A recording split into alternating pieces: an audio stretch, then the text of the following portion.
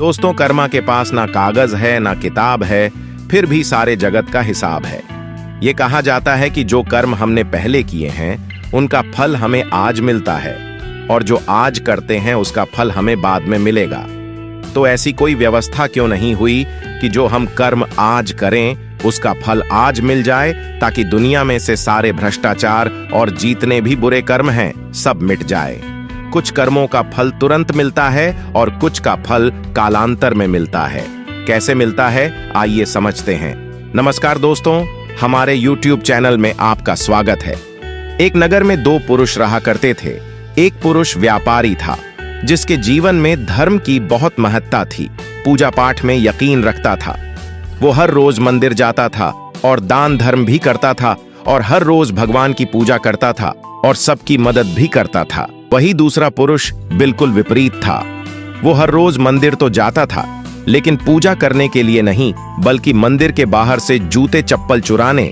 उसे दान और धर्म से कोई लेना देना नहीं था और उसे ईश्वर पर विश्वास नहीं था। वह ऐसे ही दूसरे की चीजें चुराकर अपना जीवन व्यतीत करता था। समय बीतता गया और एक दिन बहुत जोर की बारिश हो रही थी। इस वजह से मंदिर में पुजारी के अलावा कोई नहीं था। ये बात जब दूसरे पुरुष को पता चली तो उसने कहा कि ये सही मौका है। मंदिर का धन चुराने का यही विचार करके वह मंदिर के अंदर चला गया। सो रहे थे, पंडित से नजर बचाकर उसने मंदिर का सारा धन चुरा लिया और वहां से भाग गया। उसी समय धर्म कर्म में विश्वास रखने वाला व्यक्ति भी मंदिर पहुंचा। दुर्भाग्य से मंदिर के पुजारी ने उसे ही चोट समझ लिया और चिल्लाने लगे। वहां लोग एकत्र हो गए और उसे बहुत मारा। इसी तरह वो बचते बचाते वहां से निकला तो दुर्भाग्य ने उसका साथ वहां भी नहीं छोड़ा। मंदिर के बाहर वो एक गाड़ी से टकरा गया और वहीं घायल हो गया। कुछ समय बाद उसे होश आया। फिर वो व्यापारी लंगड़ाते हुए अपने घर जाने लगा। कुछ दूर चलने के बाद रास्ते में उसकी मुलाकात उस पुरुष से हुई जिसने मंदिर से धन चुराया था। उसने कहा, आज तो मेरी किस्मत चमक गई, एक साथ इतना सारा धन मिल गया। ये सब देखकर उसे बहुत बुरा लगा और वह अपने घर जाकर उसने अपने घर से भगवान की सारी तस्वीरें निकाल दी। वह जो चोर था उसने अपना पूरा जीवन ऐसे ही चोरी करने में गुजार दिया, और वह जो भला आदमी था उसके जीवन हर दिन कुछ ना कुछ समस्या आती ही रहती थी। कुछ सालों बाद दोनों पुरुषों की मृत्यु हो गई। मरने के बाद जब दोनों यमराज की सभा में पहुंचे और भले पुरुष ने दूसरे व्यक्ति को देखा तो उसे बहुत गुस्सा आया। उसने क्रोधित होकर यमराज से पूछ ही लिया, मैं तो हमेशा अच्छे कर्म करता था, दान में विश्वास रखता था, हमेशा अच्छाई के रास्ते पर चला। उसके बदले जीवन भर मुझे अपमान और दर्द ही मिला, और इस व्यक्ति को नोटों से भरी पोटली, आखिर ऐसा भेदभाव क्यों? इस पर यमराज ने कहा, पुत्र, तुम गलत समझ रहे हो।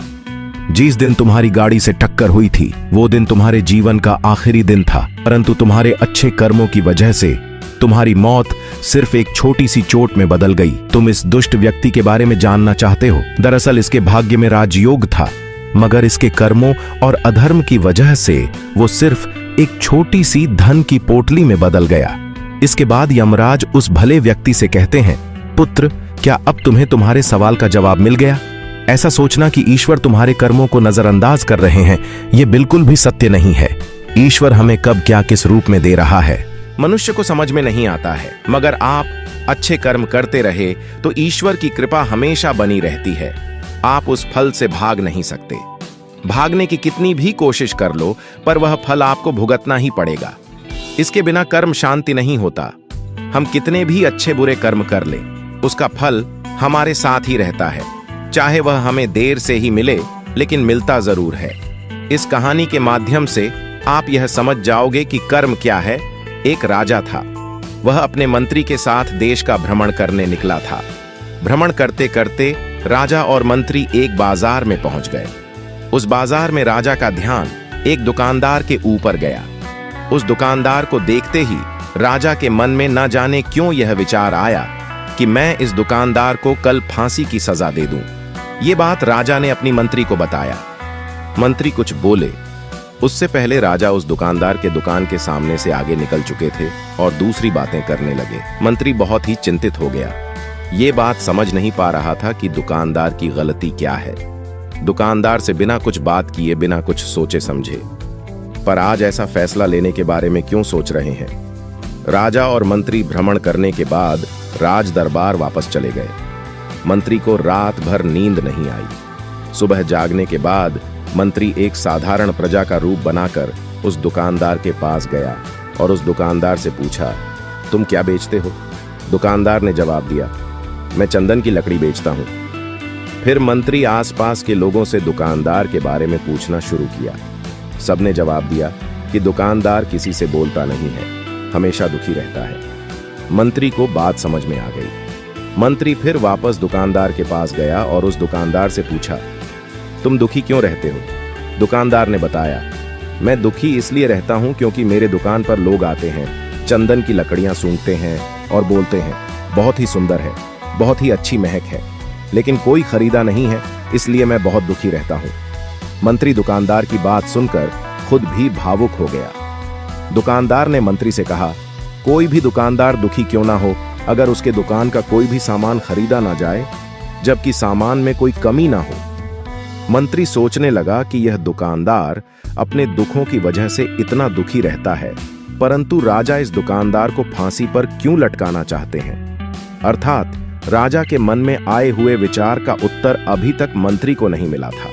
मंत्री ने फिर दुकानदार से पूछा, भाई तब तुम क्या करोगे अगर तुम्हारे दुकान की सारी चंदन की लकड़ियां ऐसे ही रखी की रखी रह जाएंगी? तो दुकानदार ने गुस्से भाव में बोला, हाँ मैं जानता हूं मेरी चंदन की लकड़ियां ऐसे ही रखी रह जाएंगे, कोई नहीं खरीदेगा। इसीलिए मैं सोचता हूं कि हमारे नगर का राजा जल्दी से मर जाए।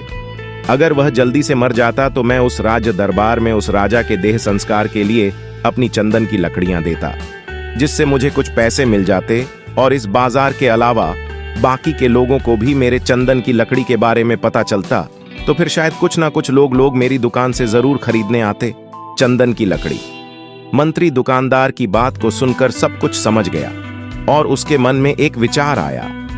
मंत्री ने दुकानदार से चंदन की कुछ लकड़ियां खरीद ली। इस खरीदारी से दुकानदार को कुछ पैसे भी मिल गए और वह थोड़ा खुश भी हो गया।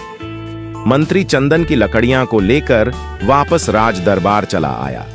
राज दरबार पहुंचकर मंत्री ने उन चंदन की लकड़ियां को राजा के समक्ष रख दिया और बोला कि हे राजन, यह चंदन की लकड़ियां उसी दुकानदार ने आपको भेंट किया है, जिस दुकानदार को आप फांसी देने के लिए सोच रहे थे। राजा उन चंदन को सूंघने के बाद बड़े ही प्रसन्न हुए।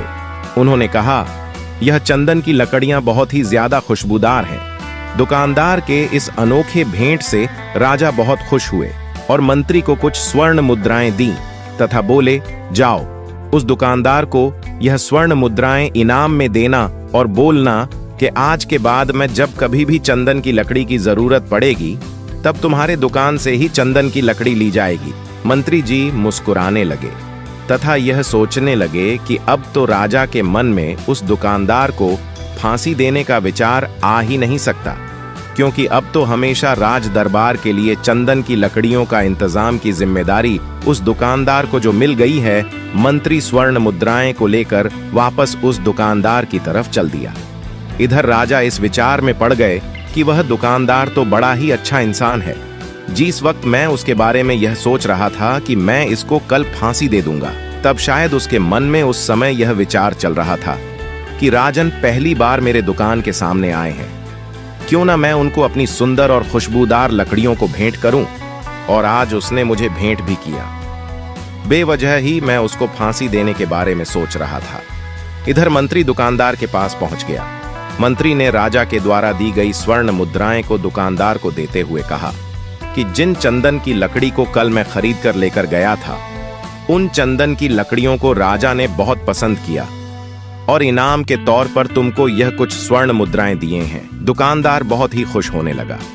साथ ही साथ मंत्री ने उस दुकानदार को यह भी बताया कि अब आज के बाद राज दरबार में जब कभी भी चंदन की लकड़ियों की जरूरत पड़ेगी तो सारी चंदन की लकड़ियां तुम्हारी दुकान से ली जाएगी।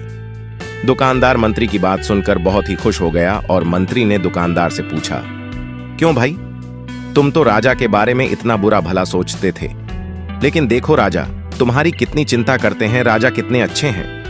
राजा अपनी प्रजा के बारे में कभी भी गलत नहीं सोचते हैं। दुकानदार मंत्री की बात से सहमत हो गया और बहुत दुखी हुआ।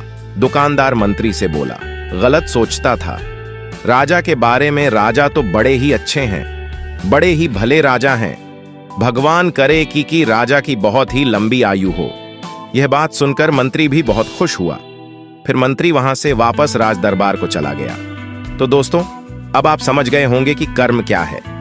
कर्म एक बोले हुए शब्द है, कर्म एक वाणी है, कर्म एक सोच है, कर्म एक भावना है। कर्म हर एक इंसान की खुद के विचार होते हैं। हमारे विचार जैसे रहेंगे, हम वैसे ही कर्म करेंगे और उन्हीं विचारों के द्वारा की हुई कर्म हमारे सुख और दुख के लिए उत्तरदायी होंगे। अर्थात हमारे विचार अगर गलत है तो हमारे द्वारा किया हुआ काम भी गलत होगा तथा इसका परिणाम भी गलत निकलेगा। गलत परिणाम स्वरूप हम दुखी रहेंगे। अगर हमारे विचार सही रहेंगे तो हम सही कर्म करेंगे तो सही फल मिलेगा, जिससे हम सुखी रहेंगे। दोस्तों, इस कहानी से हम यह सीखा, अगर हमारे विचार सही रहेंगे, निष्पाप रहेंगे, उन्हें निष्पाप और सोच की वजह से लिया गया हर फैसला सही रहेगा। जब सही फैसला लेंगे तब हमारे द्वारा सही कर एम होंगे तो सही कम होंगे, तो परिणाम जिसके वजह है से हम सुखी रहेंगे, सुख रहेंगे तथा इस हो जगह है। पर हमारे विचार गलत रहेंगे, हमारे द्वारा लिया गया फैसला भी गलत होगा, किया गया कर्म भी गलत होगा। तो दोस्तों, कैसे लगे हमारी वीडियो कमेंट सेक्शन में जरूर बताएं। वीडियो देखने के लिए धन्यवाद।